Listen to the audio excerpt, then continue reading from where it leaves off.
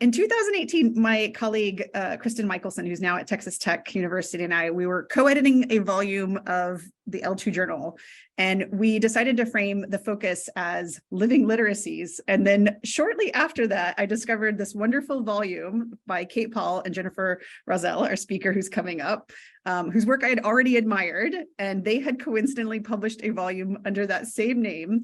And I desperately wanted to time travel because I wished that I had this book as we were starting to formulate the ideas for this volume and for that conceptualization of what we thought that meant, to really draw from the rich work that they have there.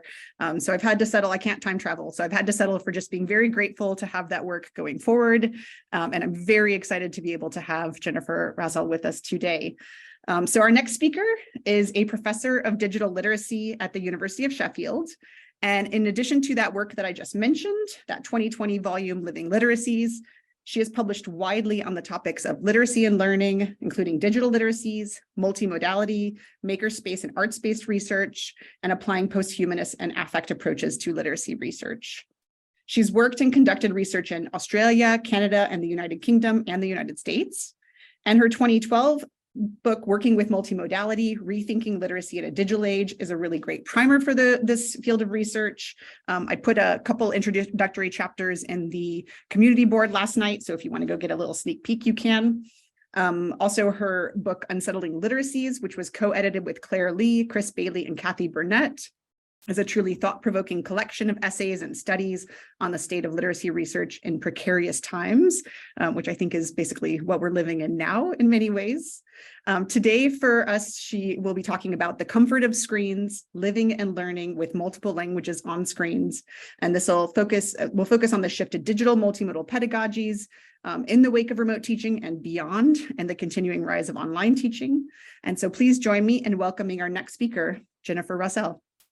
Oh, thank you, Chantal. That was the nicest introduction I've ever had. No, really, very authentic. Hi, everybody. Thank you for coming. I always love giving these talks. So what I was going to say is I'm delighted to be here. I miss going to the United States. I really hope to get to LRA. And actually, Arizona is one of my favorite states. So anyway.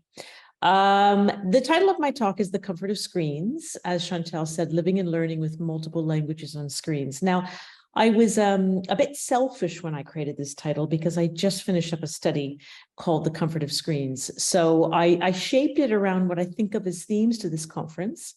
And I really hope it's helpful for you and it aligns with what you've been talking about as a group, and it builds off what Dr. Neufeld talked about earlier this morning, I think, for all of you. So I'm going to start with a quote I really like, and it's not a quote about screens by any means, but it's a quote about a living literacies approach. And that is, literacy cannot be separated from what people are doing, how they are doing it, when, where, under what conditions, and with whom they're doing it. Metaphorically, there's no separation of the dancer from the dance. And I think the reason I like that's Dave Bloom and Judith Green, two iconic kind of luminaries in literacy studies. And the reason I like this quote is it aligns with this talk and with a lot of the work that I've done, I think, over the last few years, as well as people who are in this talk right now have done. And that's that literacy can't really be separated out and parceled out from school and life and leisure and interaction with friends. It's all assembled and entangled. And that's part of the reason why I like posthumanism, not only because of these objects that are quite agentive like screens, but also because everything is very connected. So I want you to think about some questions while you listen to me. And they're probably questions that are in presentations over the next few days and in keynotes, I think, because it's a conference about language, but it's also about pushing back on agendas. It's also about reimagining what literacy can be, especially for language learners. So number one, whose voices count in literacy and why? And then question two, how and in what ways do language learners turn to the world? Now, this is not my question. It's a question from Sara Ahmed in her work on affect, when she talks about the ways in which we turn to the world and how important that is. And it does inform the ways in which we use language. When and where do we witness this turn to the world? So how do we know when we use certain kinds of language or register shifts, or when we move across contexts, how do we turn to the world in a different way? So when we're in a formal context, when we're in school, we're in university, we're with language learners, what kind of language are we using? What kind of modes are we using? And in what ways can teaching mirror children and young people's turning to the world? So how can we really align the ways in which we teach with the language needs of our learners? I don't know whether I have answers to these questions. Probably many of you do already anyway. And another thinker and researcher I've always loved is Mary Hamilton and David Barton and their local literacies. And Mary Hamilton wrote this in a book that I did with Julian Sefton Green on revisiting. And she says, it's the threads that connect this life to other times, to other lives, times, events, and issues, the web of meanings and relationships from which surely stories are assembled that now seem of most value to me in understanding literacies. Now, this quote represented a revisit. Mary Hamilton went back to Lancaster 15 years after her seminal study of local literacies, and went to see some of these people. And what she found, even more so than that when she conducted the research, is that literacy is something that's webbed and that's entangled, and that's part of relationships, things that we do, practices we engage in. So, a conceptual circle of literacy learning, which might be sort of redundant because many of you probably think about it this way, but it's more to kind of state a claim about what the underpinnings, conceptual underpinnings of the talk. So I approach literacy and language learning from a social practices perspective. That is, we shape our literacy around where we are in the moment. Okay, right now I'm using a PowerPoint. Maybe after I'll check my phone and a text, then I'll go up to bed and I'll read my book. I'm kind of a dull woman, you can tell on a Friday night. But it's a social practices account. But it's also what feeds into that is modal learning. And Chantel very kindly referenced a book that I did back in 2013, working with multimodality, in which I talked about the modes that are sort of unpacking the nature of some modes. So some modes would be typical, like film and like photographs and words. But then also I had some that were really out there, like looking at a seamstress and what she does. And looking at sound, which isn't so far away now with people like John Wargo and Cassie Brownell and others who are looking at sound. But modal learning feeds into our teaching of language. In this talk, I talk about the digital, which is where I've turned and where I'm heading. I'm really going to focus on the next decade as screens. What also feeds into that is autonomous versus ideological. So more universalized notions of literacy. Literacy is about reading and decoding words, which I think of as autonomous. Ideological words are part of, there are always two or more modes in play in every text. So words are part of a larger picture. And there are ideas and concepts that inform texts, and modes are sometimes foregrounded and aligned with that. And then finally, affect and embodiment. Now everyone might not agree with this, but I think that there was something very important about the non-representational turn in language and literacy, with articles like Leander and Bolt and Cynthia Lewis. But even before that, years ago, Gunter Kress talked about affect in Before Writing, and how children have this sort of synesthetic sensory sense of what modes do. Okay. And the article I shared with everybody for this conference had to do with senses, had to do with the non-representational. And so that informs some of what I'll talk about. When I did an audit of the fascinating papers that are taking place in between keynotes, things like multimodality and translanguaging, multiliteracies informing language teaching, modal preferences and modal variety, modes, language learners and neurodiversity, and culturally responsive multimodality. So those are, now some of these I've characterized myself, but that was a general feel for what this conference is doing, which I think is very unique, and I applaud the organizers. So I'm going to shift now to screens. And I did let the cat out of the bag and say that I based this on a research study that I did a year ago. And it was a research study when I lived in Bristol. I was at University of Bristol. I moved for more of a research position here at University of Sheffield. And I was actually a bit down as a researcher. I was struggling trying to get grants. And so what I decided to do is use a small pot of research funding and interview 20 people about their screen lives. And it was absolutely fascinating. And the study was based on a book by Daniel Miller called The Comfort of Things. And I don't know how many of you have read it, but it's a great book. And it's an ethnography of a street in London. And this was an ethnography of a crescent in the southwest of the UK, and about people from the age of 21 all the way to 85 and how they use their screens. Now, it wasn't about language learning, so that's why it was cheeky to do that. However, it made me think it might be valuable in terms of a keynote to think about the implications of screens for language learners. So there we are. Why screens are important. I never thought of myself as a screen-based person, actually. I studied with Brian Street and I studied with Gunter Kress, and it wasn't about screens back then. It was sort of, and it increasingly over 2000 and 2010 and forward, it became much more about digital literacy, but it was about a lot of different texts. So multimodality has shifted and expanded and splintered off. I'm sure you heard that from Denise Neufeld, knowing her work is quite arts-based. But scholars are increasingly turning to multimodality, and particularly in the wake of the pandemic. But what does this look like on the ground as a living literacy? New questions, all right? So new questions with screens and language learners.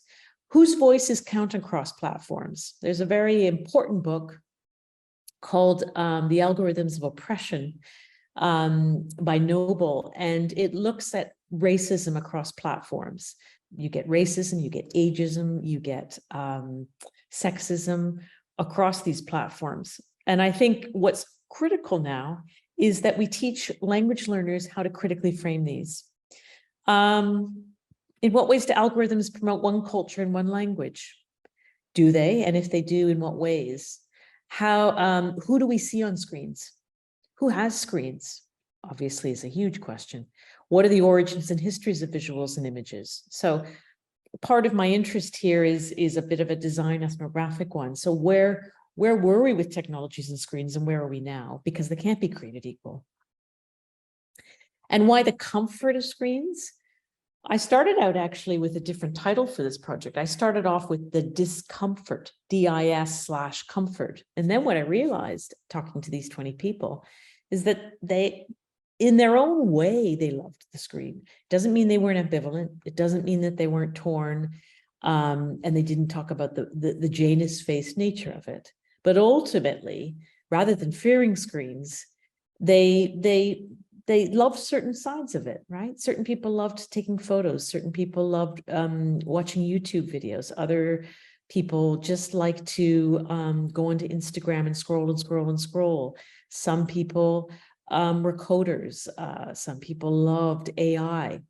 So they talked about their screen ruling passions. And I think part of this is also about teaching and not being afraid of it. I read a lot about ChatGPT, and I've spoken about it, and I'm going to do a study on ChatGPT.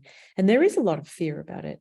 But what about if we turn that around and we start to say, let's go inside of it and think about what it is. Chantal was mentioning she's into stylistics, maybe even linguistics. What does that mean if we start playing with ChatGPT? It's just a thought. But I can't go any further if I don't talk about inequalities. So I've done work with Ernest Morel and Donna Alverman and others looking at the digital divide. And I did a study that was really quite relevant to this conference about language learners in Niagara, where I used to live, and there's high immigrant population. And so we worked in one neighborhood, and we just looked at screen inequalities. So what do families have, and what are their understandings of what digital inequalities are? So in the whole study that we interviewed 20 families, okay? And then we sent out questionnaires, and we actually had a fairly good uptake of those. So of the 70 families, we had, I think, about 50 of them respond. And in the whole study, 54% of the families spoke English as an additional language, with a mix of cultural linguistic backgrounds from Central and Latin America, Africa, and Syria. The overall pattern with these ELL families is to have children avoid social media and screen-based text entirely in the home. So quite rightly, they want to avoid children to avoid screens and not have too much screens. The trouble with that is that in limiting them from screens, they don't get to understand the logic of screens, which is increasingly becoming the way schooling is developing understandings of literacy. So let me expand here.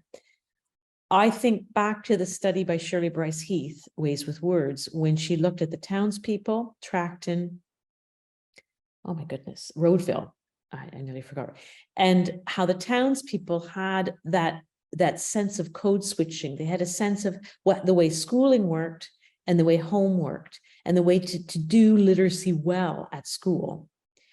And what the brilliance of Heath's study was that she showed that in Tracton and Roadville, they had their own tacit understandings of literacy. So literacy practices were legitimate. They had strong oral language skills, but they didn't equate with what was going on and how to do well in formal schooling.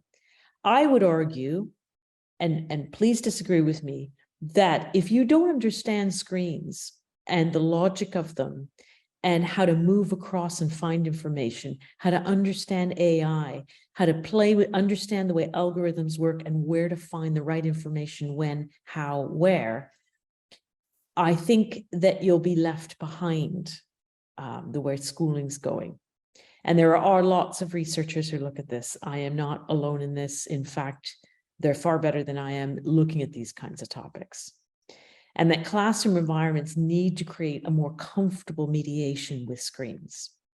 So we know that a lot of families do not have screens, do not have Wi-Fi.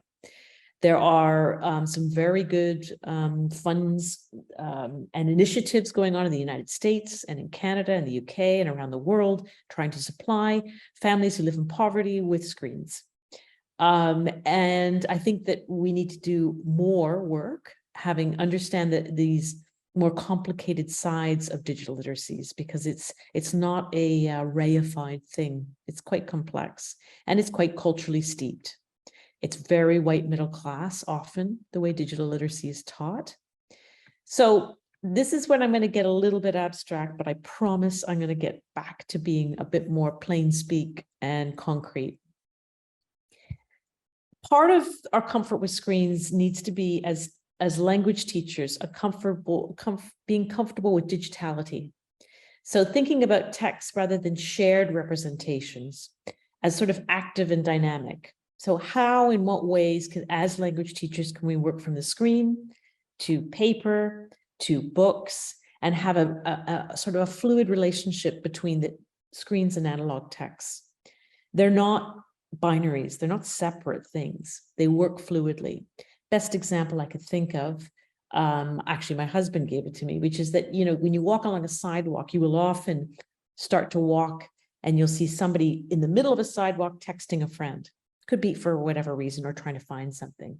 Now, you'd never, or seldom would you ever see someone standing in the middle of a sidewalk reading a book, okay? You certainly see people reading a book, but we use these objects in very different ways, and they're so part of the fabric of the everyday. We need to move from interpreting multimodality like an image to thinking about the histories, who's in these images, why, how do they work with other ones in a converged space? How do films function with words? We need to move from identities forged through mass media to look at how the sensory side of these texts work. So do we understand the way colors work on us, or the way movement in text works, or the way we understand the movement across different hybrid texts at once? So these sorts of tacit things I don't think are taught, and they're hard to teach, in all fairness. And digital texts are not flat screens. Digital texts are often increasingly embodied, and they're also very automated, right? So ChatGPT is just one example we're all giving, but Alexa is, of course, another one. Increasingly, I think what we'll all find is, let's say you're an adult language learner. An adult language learner will go into a hospital or into a healthcare center, and there will be AI technologies now that will start serving us in those environments. So it's quite futuristic, but it's a way of looking down the road about how we will be a language learner. And it's about what Kathy Burnett and Guy Merchant look at in a really good book called Undoing the Digital. Undoing the digital means reclaiming what appears to be hidden, to understand screens and how technology shapes and is shaped by the political economy. So this is a very hard screen to understand. It's based on the work of Karen Woolwin.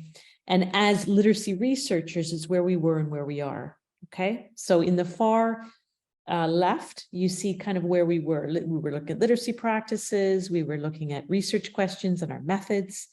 Then steadily we move along this continuum from looking at ebooks and achievement gaps and assessment to then starting to be more critical as literacy and language researchers to look at videos, social practices, start to look at participatory structures, start to look at discourses, where we are now-ish, right? Lots of people are using posthumanism. A number of people are using network theory and nexus analysis. So this is where we're sort of moving into this space. It's quite theoretical. It's interdisciplinary for sure, all right?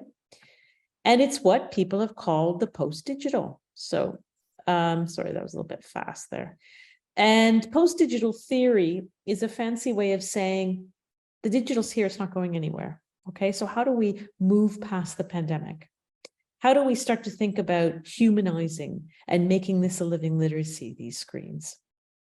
And post-digital scholars argue that traditional forms of research kind of fail to describe our reality, and we need to separate these boundaries and binaries. So I did work with two researchers, Harriet Hand and Mark Shillitoe, and we worked with year 4 students and young adults in their 20s. And then the three of us all engaged in this sort of screen analog space. So we'd go for walks and be on teams, okay? We'd create maps and drawings as we were on a screen together. We would think about embodiment in relation to screens. It was all about those kind of sensory perceptions when we're engaging with screens, but other things in a space, in a domestic space. How many of you were in a Zoom during the pandemic and someone's cat appears, okay? Or people's children would appear at this corner of the screen. And so we got to know these things about people's private lives in ways we never would have thought of before the pandemic. And then I mentioned not separating, breaking down binaries, inviting historical continuity. I suppose I'm feeling time these days.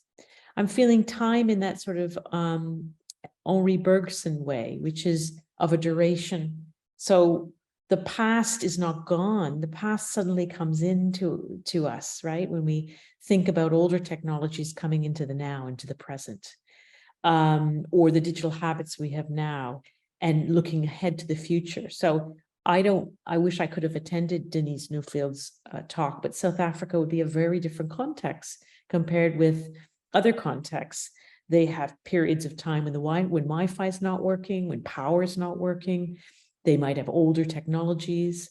So we work across these periods too, where technologies might be older in certain contexts.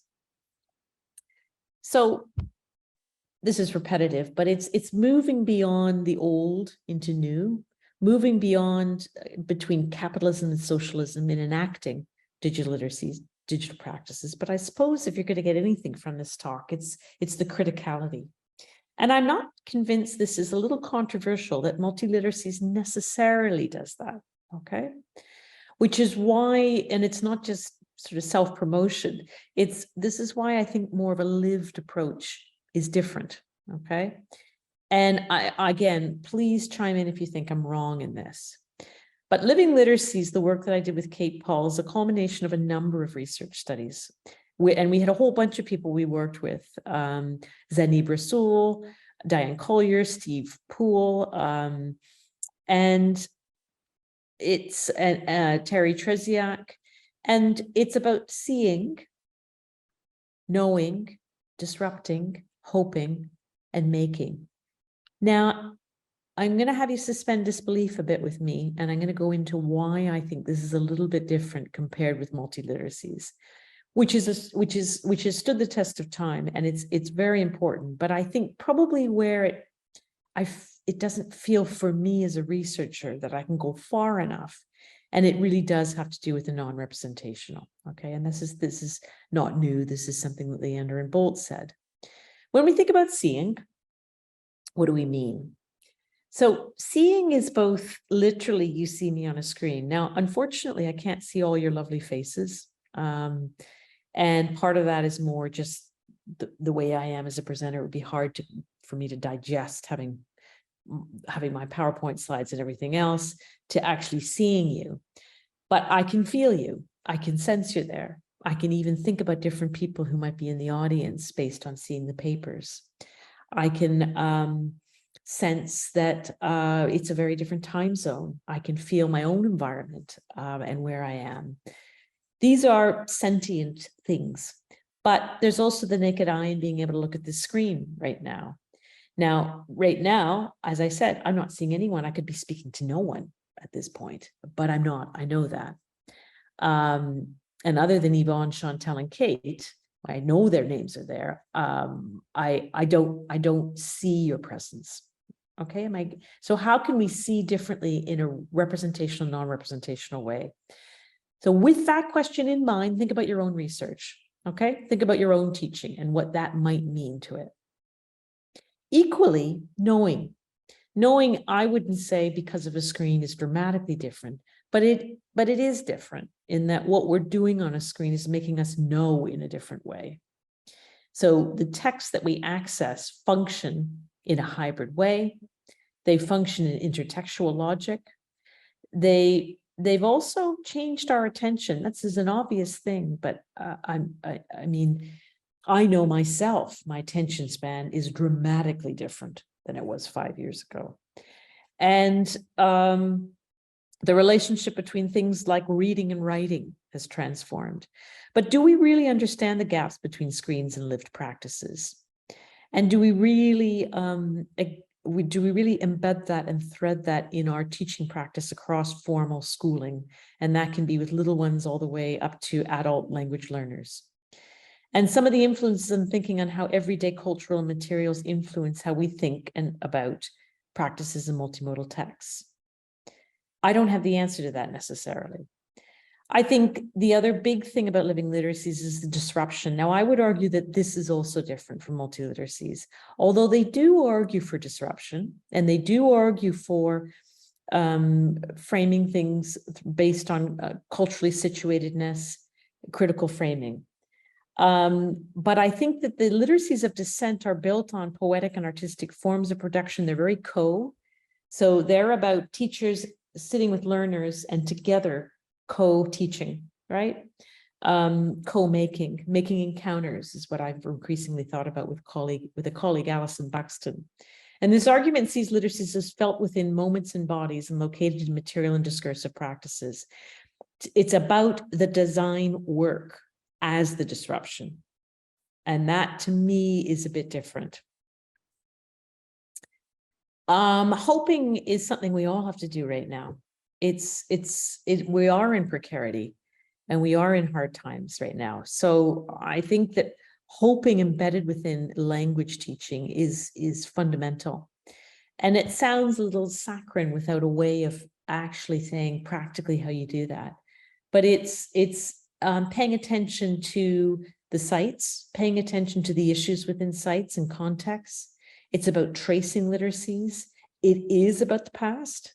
It is about looking at lineages, looking at what were we like in the past? What did technologies do for us? What did reading a book do for us? What does reading a screen do for us? What are the texts that you love?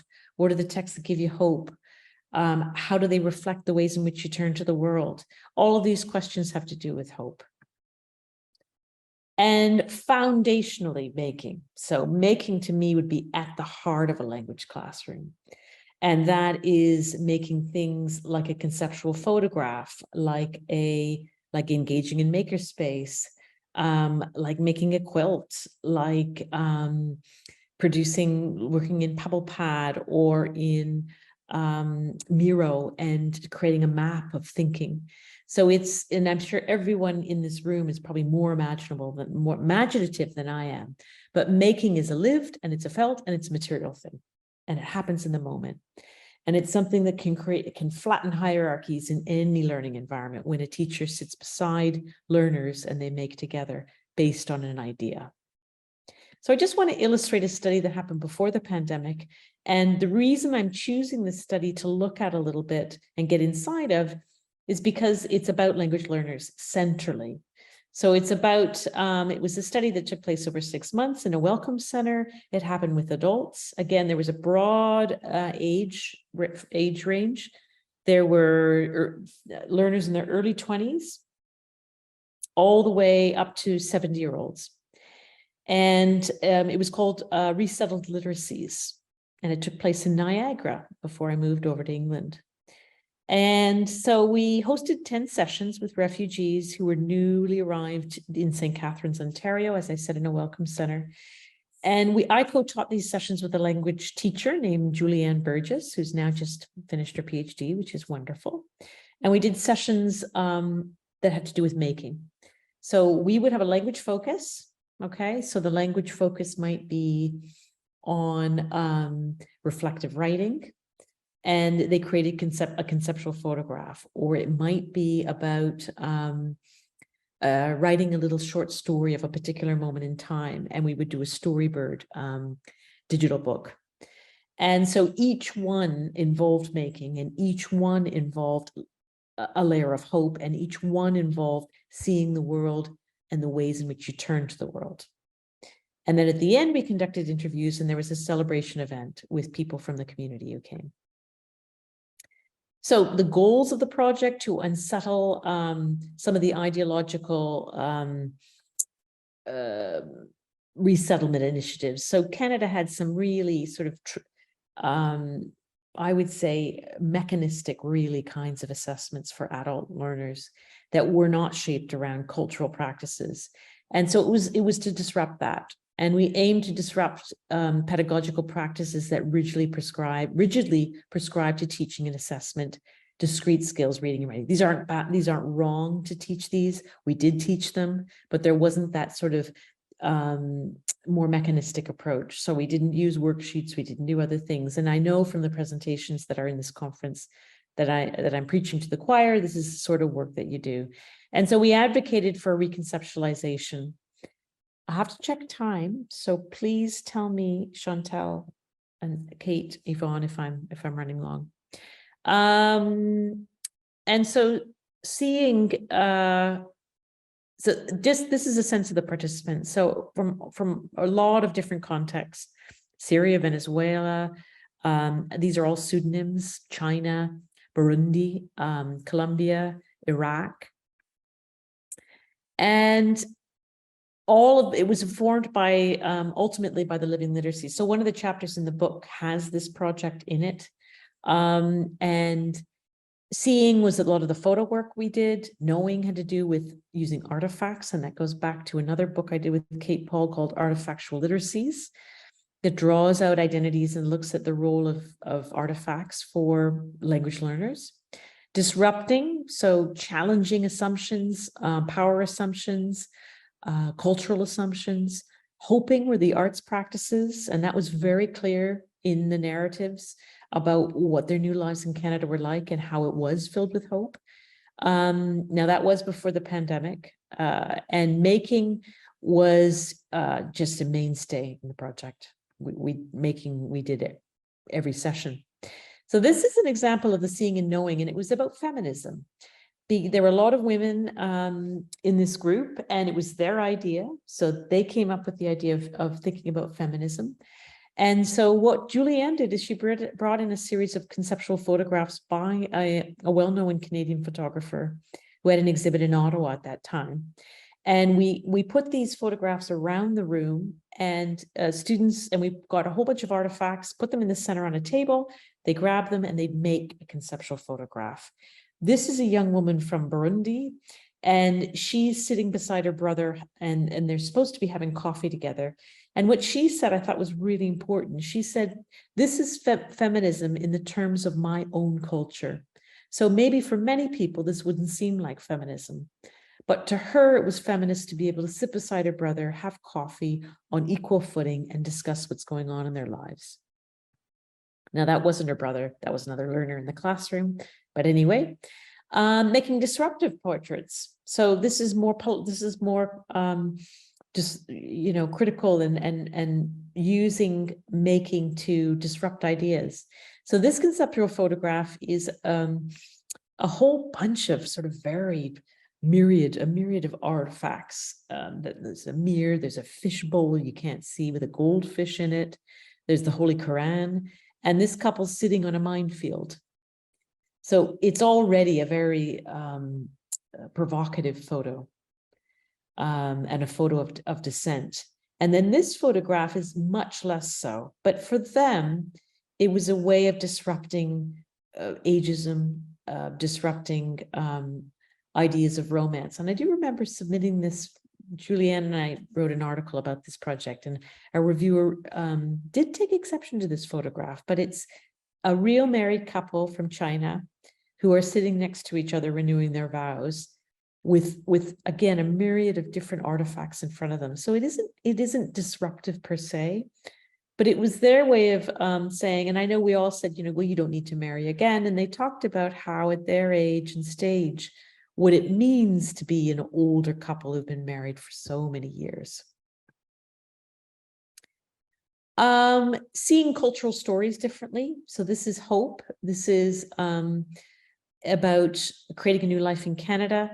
So it was a very gentle story in Storybird. And I don't know whether you know how this functions, but it's probably quite set photos and illustrations that you accompany with text. So this is a woman who created a portrait that made her think about her grandmother back home. So it was a Canadian picture that reflected back home. And it was a way of thinking about their culture differently. And Hopeful Narratives, these are prayer beads. And it's about a very sad story that a woman brought in for our artifact project, where the prayer beads reminded her of a time when her son was very ill back in Iraq, but that they now are hopeful because the son is in Canada with her. And so they've changed. They're an artifact that's changed. And making, I wanted to include a slide about language because these were all language learners and we did language work, so it wouldn't be fair. So what we did was we played with language with iTranslate and iConverse, and we had them use their iPhones in order to translate text. So Hugh Escott actually does some very nice work on language play, and I wanted to flag that. So let's look at the time. I have another few minutes to go over takeaways, but that gives lots of time for questions and answers. So what does my talk say? I have a lot of different thoughts in this talk, and it's maybe hard to see them how they cohere. But I think one of the things that's a big takeaway from the larger study, The Comfort of Screens, is that we all develop our own relationships with these things here, with these portals. And they need to be understood, and they need to become our friends in a funny way as teachers. And we need to think about meaningful ways to access what language learners, how they feel about them. And when I say screens, I mean primitive flips phones. I mean a family who shares a mobile phone, a laptop, whatever. Okay, so screens can come in a variety of shapes and sizes. And you need to ask new questions for criticality in order to understand them. And that's to algorithms and to AI. I think we need to open teaching spaces to making and design work through social practices that cross platforms and really leveraging lived experiences. Anchor lessons and encounters in modal learning. You probably already do that. Shaped around living literacies, doesn't have to be living literacies. It can be multi-literacies. It can be 4 resources model. It can be Bill Green's model. But I think the important thing is that we work across genres that have to do with popular culture and have to do with media. And we frame our teaching across physical, analog, digital arts, transcultural frameworks. And that's really all I have to say tonight, my time, today, your time. And let's check my time. Yeah, I'm 3 minutes early. So I hope that's okay, Chantal.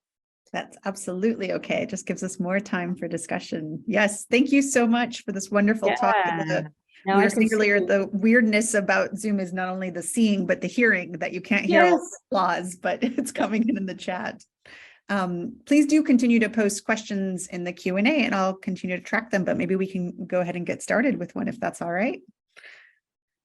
So maybe starting with one that connects to your framing of the work that you shared today as being in this post-digital, post-pandemic moment where we're continuing to learn what it means maybe to live in literacy at the moment, and that it's been kind of shifty. An example of that I know from some of the studies that have looked at online and remote teaching at the start of the pandemic and then later in the pandemic, there were big shifts over time in how people experience things. And you referenced yourself kind of changes in attention span and some of these things. We were also talking earlier about the disorientation that many of us suffered at first presenting in this format. And now for many of us, it's kind of comfortable to not see anybody and not have an audience there, even though we know they're there. So I wondered if you could just talk a little bit about some of the insights from your work about what it might look like going forward as we continue to learn what it means to live with literacy and live in literacy in this post-digital, post-pandemic era.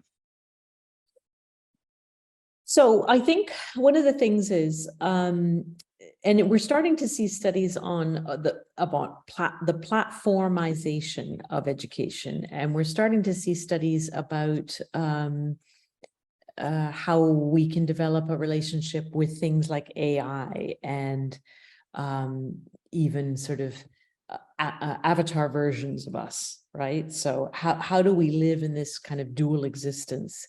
And what about, parts of the world where this isn't a reality? Like how do we kind of, as literacy, working in a policy frontier, working as researchers?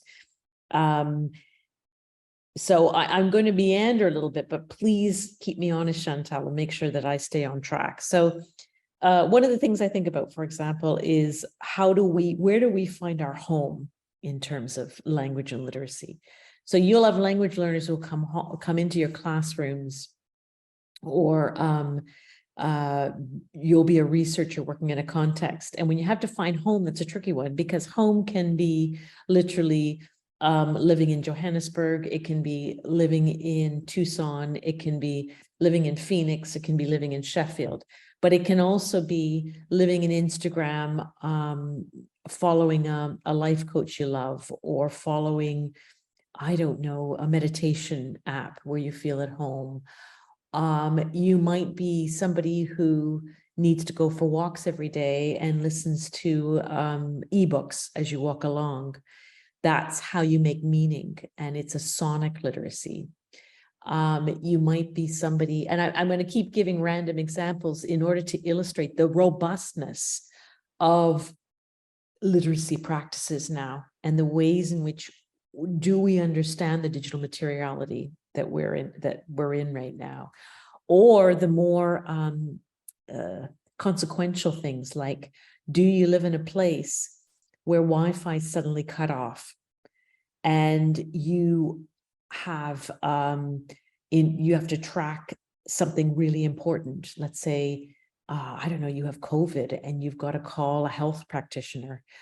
I mean, you're in an emergency, or let's say you're in a crisis and you need to be able to get online. I'm giving quite dramatic examples because I want to throw into relief the fact that we rely so heavily on multimodality and multimodal channels of meaning that it's important for us to have a broader understanding. Yes, in terms of language. Yes, in terms of teaching. How do we look at language now in the face of post-digitality? But also, how do we start to build in these other sides of it that we never thought of before? Sorry, that was a lot. No, that's great. I think that connects then with a question that's come up about how do we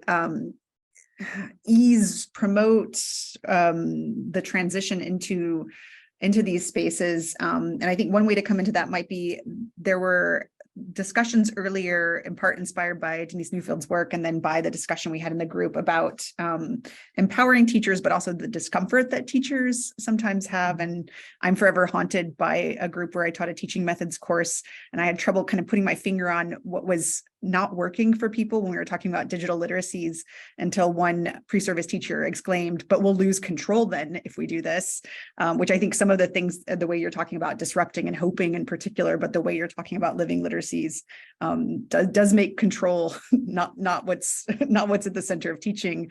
Could you talk a little bit about that, about teachers' positionalities, but then also how to support them into that? Yeah, so we all fear not being in control, right? And I think you said that really well. So the living literacies does not create a comfortable zone of controllability. And I suppose it's also, so part of it, there are two answers to this. Number one, the first answer is we have to develop a different relationship with control. Because screens aren't going anywhere, they're only going to increase. So there's nothing we can do. There's no use in putting fear onto it. I think that the conversation needs to change in relation to things, particularly about ChatGPT and being able to control students that way. I get it, because the irony is I'm not really a digital person, but I think that creating this more of a flattened hierarchy will do some of that, and co-creating and learning from each other with that. I think the other thing that teachers can reclaim control over, which is the second point, is the critical piece. It's something that we train teachers on. We train teachers how to scaffold, how to model, how to teach reading, how to do all that stuff. So if we can step back and say, all right, I'm going to teach reading, I'm going to teach even phonics, but I'm going to teach it with fidelity to the digital. What does that mean exactly? So does it mean that we can start having both material? I keep going back to material and digital in a space, but what I think is very important is that we develop a relationship between the physical, concrete, and with screens. And teaching is always planned, going back and forth. I think that's sort of a mediocre answer, but I think the answer is that we have to kind of let go of that a bit. I think we have to shift the conversation about control. I think that's an incredibly helpful answer, and probably a necessary answer.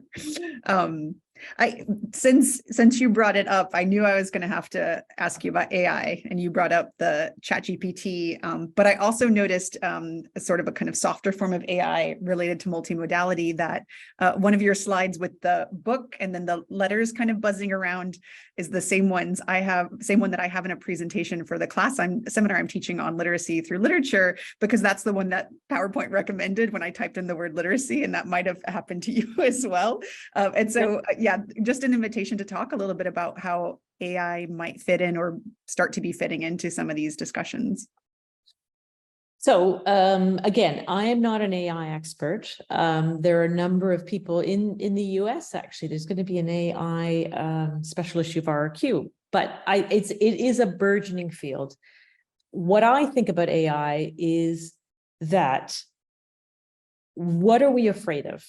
We are afraid that students are going to write a perfect essay that we will not recognize and give them an A when a machine made that essay.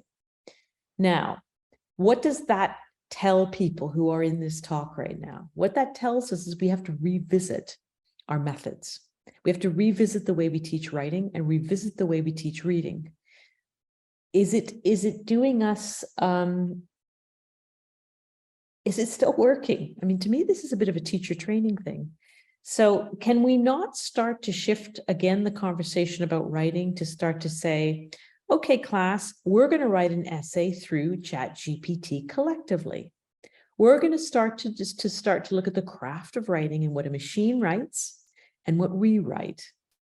This is one thing. The other thing is, as teachers, we can recognize machine writing, I think. Now, a lot of people say debunk this and say it's not possible to identify machine writing. But I think if we start to have students write the essays and then conference with them and start to have something that goes along with the essay writing, we start to shift mechanisms and lenses to examine and assess writing as well. So in some ways, this is a challenge to move teaching forward, I think, and to shift the way it is, and not blame the technology necessarily.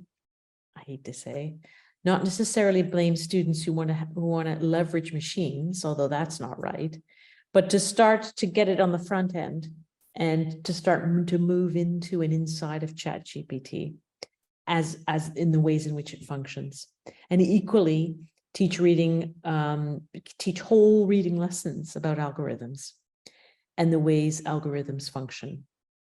Now, that begs a question. Do we know, can teachers train student teachers on algorithms? That I don't know. Okay, can they train students about teachers in training about ChatGPT? I don't know about that yet either.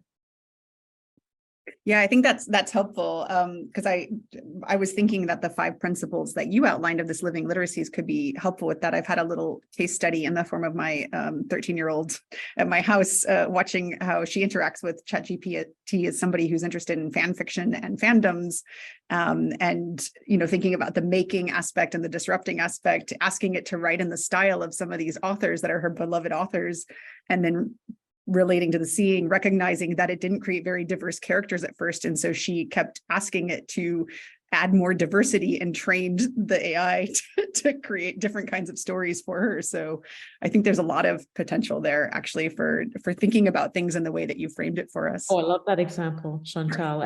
And that's disruption, right? Young people, children and young people know how to do it, right? And they do it not only with words, they do it with images through AI. So AI produces images for you. Yeah, I've watched that one play out in my house too. I was struck by the metaphor, and in some cases not quite a metaphor, of resettling and unsettling literacies that shows up in your work, and the ways in which it disrupts territoriality in some ways, but also I think is deliberately pushing back on maybe some of the celebratory naivete that sometimes comes up in digital stuff, where it just sort of, now we all have access and we can just talk with each other all around the world. And you've already pointed out that there are inequities and questions of accessibility that make that not true. Could you maybe talk a little bit about those, the resettling and the unsettling, and how you work with those terms? Yeah, so two bodies of work that have really helped me. One is by someone named Rowsell, and the other one is terms that you've just used. And I don't know Deleuze and Guattari very well, but I do like the deterritorialization and reterritorialization.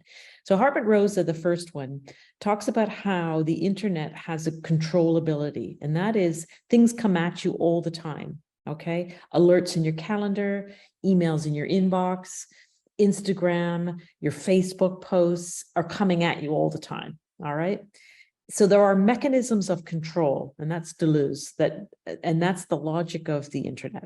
All right, I sound like I'm a conspiracist, but yeah, so that's just a reality. That's what happens. They're algorithms. Hello, that's the way algorithms function. But when you look at algorithms and you start to play with them, as children and young people do, you start to realize that there are racist algorithms. There are power dynamic. There are dominant algorithms by politics, by social class,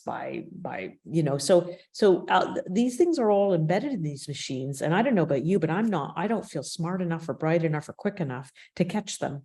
Okay. So there's the reterritorialization that's always happening. And it's up to us to kind of excavate them and really do that in a very quick way. That's not easy to do. So I suppose what I would say is what Rowsell says is that we're always seeking the uncontrollable, because our lives are inundated with controllability.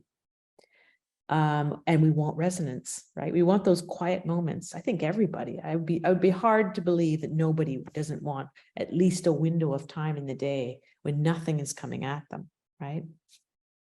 Maybe I'm alone in that. So that's my answer.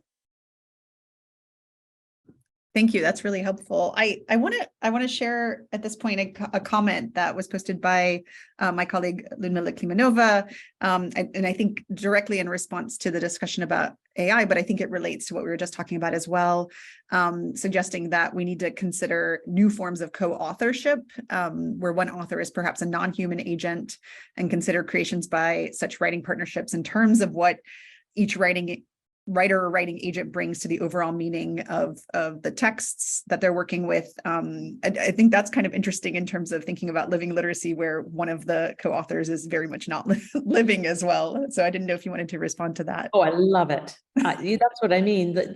There's so much exciting work. And I mean, I sound so cynical, but I doubt I'll be the one who does it. But I think I think people are coming into literacy research now and language research.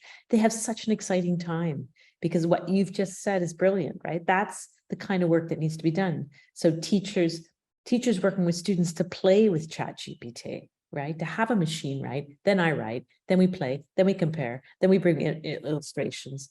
And that's where the work needs to be done. Yeah, thank you for that. Maybe I think we have time for just one question, which there, one of the things when I work with teachers, and I think there have been some comments that relate to this as well in the discussions. One of the concerns is about if we take this all on conceptually, how do we capture it? How do we capture it as researchers? How do we capture it as teachers who want to somehow understand our students' learning? What does learning mean or look like in these contexts? Is there any advice that you might give to people who are stepping out into this field and are excited about this framework, but then also feeling a little bit overwhelmed? Well, I think it's trite and it's a bit corny, but I would say just embrace this new kind of frontier. It's exciting to be a literacy researcher now, to enter it. We need new methods. We need new teacher training. But we need to be comfortable with these things. We cannot indulge in this fear mongering about things. I think there has to be sort of this sense of working together and having a conversation with what these different texts do. It doesn't mean you don't have a critical disruptive edge, but I mean, I suppose that the big takeaway would be the hopeful bit, the hope within living literacies. I don't think that's trite. I think that's a great place to end as a call to action, maybe for all of us. Very much. And I'm really sorry I'm going to miss the keynote discussion, but this has been so well planned, this conference, and a terrific lineup. So thank you very much for inviting me. Yes, thank you so much for speaking with us. Thank you to all the participants for being here and for your questions and your comments. I will be the only one who can be seen and heard, but I know everyone else is joining me in thanking Jennfier Rowsell for her talk. And we'll be back tomorrow for Anna Ozcause, and we'll be continuing the discussion then. Thank you again so much. My pleasure. Enjoy. Take care. Enjoy the rest of your day, everybody. Thank you. Bye. Bye-bye. All right, everyone, enjoy your day, evening, whatever you've got going next, and we'll see you tomorrow. Yep. Bye.